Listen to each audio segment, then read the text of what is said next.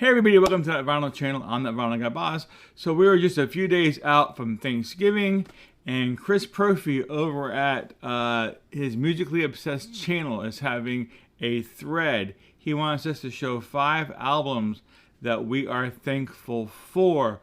So I'm going to go ahead and jump on this. I pulled out 5 here. So let me go ahead and bring out the very first one here. So unfortunately, my dad passed away about 3 years ago. Now I attribute my sense of humor to my dad. So he liked things like Red Fox and Ben Colder and burlesque and just humor stuff like that he really enjoyed. And he had a couple albums when I was growing up. He had this one here. This is Ben Colder, the best of Ben Colder. If you're not sure who Ben Colder is, because there are probably a lot of millennials or Gen Zs, maybe some watching my channel, who knows? Even some Gen Xs may not know who he is. But if you're familiar with Hee Haw, he was actually a character on the show portrayed by Sheb Wooley. Now, Sheb Wooley is an artist who did some comedy stuff, and including probably his most famous release was The Purple People Eater, which, by the way, funny as it is, Ben Colder did his own cover of The Purple People Eater, so he covered his own song under his alter ego name. But Ben Colder was such a hit on the show Hee Haw that Sheb Wooley decided to go ahead and release some records under the name Ben Colder. Now, Ben Colder was pretty much his thing was that he is from a small town and he was a town drunk, and he had his own perspective on the town and the people in the town, and his songs would portray that. So it was pretty funny, and my dad really liked that kind of humor. This one was released on the MGM label, but I definitely attribute my sense of humor to my dad, and because my mom has no sense of humor, unfortunately.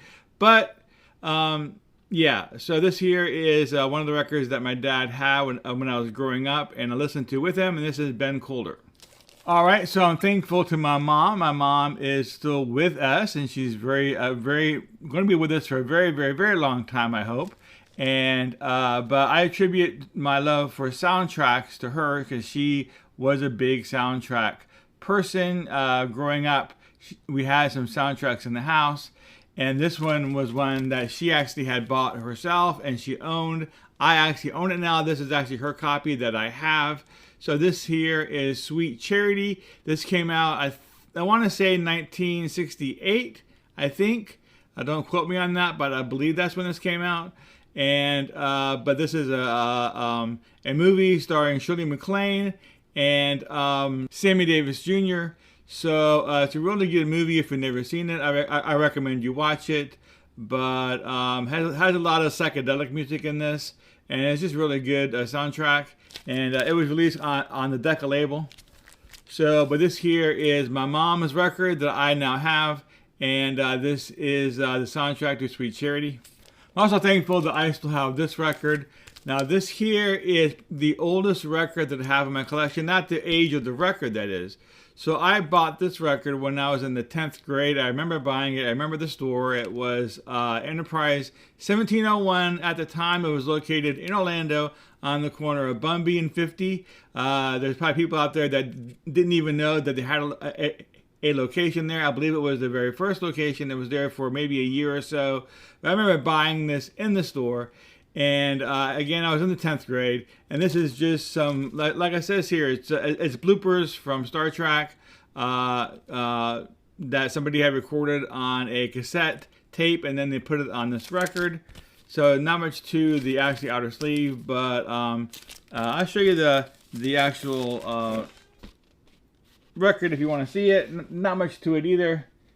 So, but yeah, it was just a very cool thing to buy when I was in the 10th grade. I was pretty much still a kid at that point. And but I have no records that are in my collection that are before the 10th grade, and this is it. I definitely have records from the 11th and 12th grade in my collection, not very many of them, but a few, but this is the only one from the 10th grade, and nothing survived earlier than that.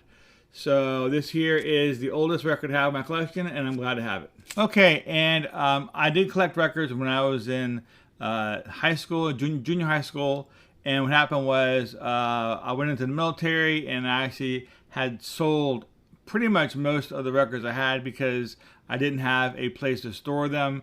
My brother did offer to hold about 5 or 10 records that I had. All the rest of them I just sold.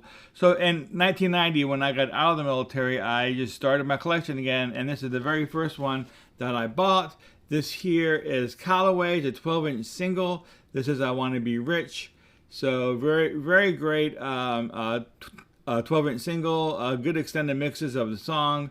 So there we go. This is the first record that I bought in 1990, and which led to everything that you see behind me. So I am thankful that I bought this, and I'm thankful that I started my journey back into getting back into vinyl. And there you go. That's Callaway, I Want to Be Rich. Okay, and last but not least, I think most of us are probably familiar with the band Styx, and they had a live album that they put out. I think it was in 84, 83 or 84. It was Caught in the Act.